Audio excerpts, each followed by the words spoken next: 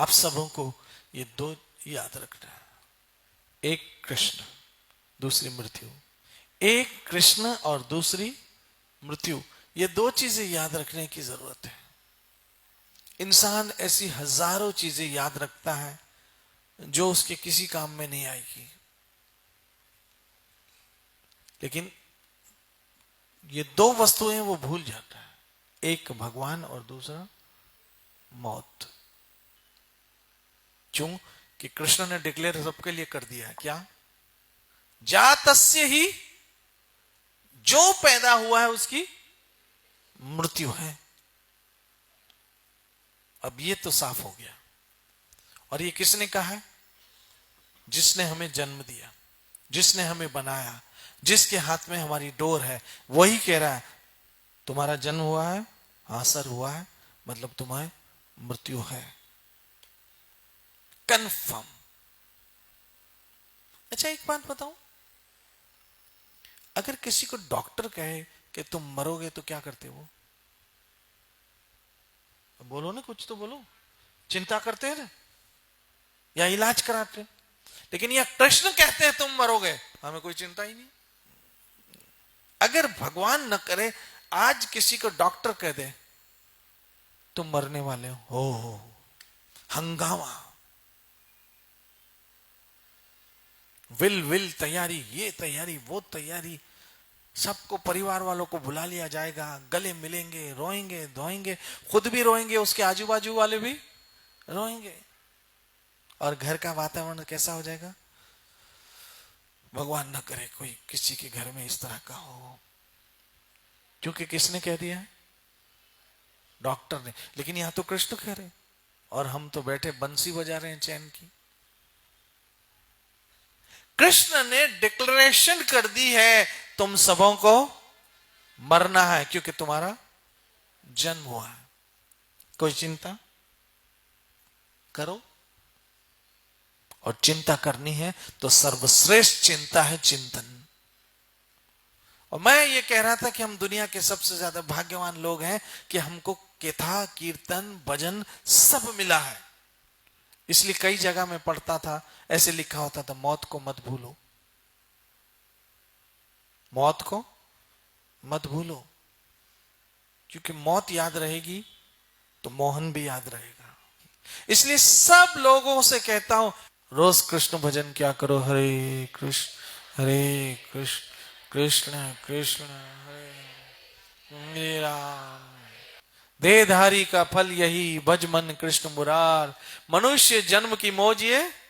मैं सही कह रहा हूं, आप लोगों पे अद्भुत कृपा हुई है, ये आपको नहीं पता चलेगा, नहीं पता चलेगा कि आप पे क्या कृपा हुई है।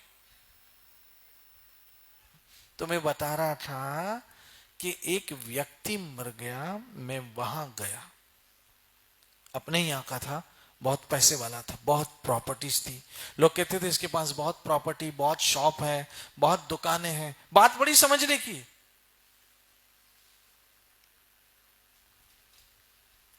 तो गया,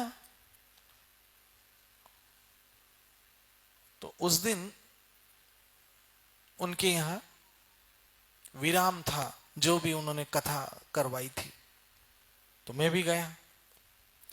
तो सब लोग वहां जो शास्त्र पढ़ा था, जो ग्रंथ पढ़ा था, उस पे क्या चढ़ा रहे थे, रुमाल चढ़ा रहे थे, फूल चढ़ा रहे थे, और उसकी क्या कर रहे थे, आरती कर रहे थे, पूजा कर रहे थे।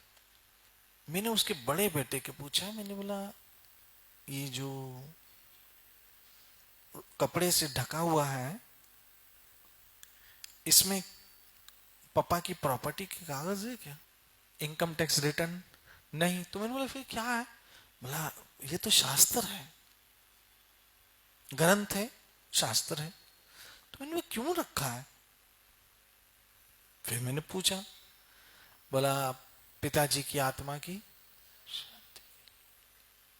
मन में सोचा, जिन कागजों को उम्र भर उसने, बोलो, संभाल के रखा, ये शॉप के कागज है, ये दुकान के कागज है, ये मकान के कागज है, ये इनकम टैक्स की फाइलें हैं, ये वेट की फाइल है, उन सबों को संभाल के रखा।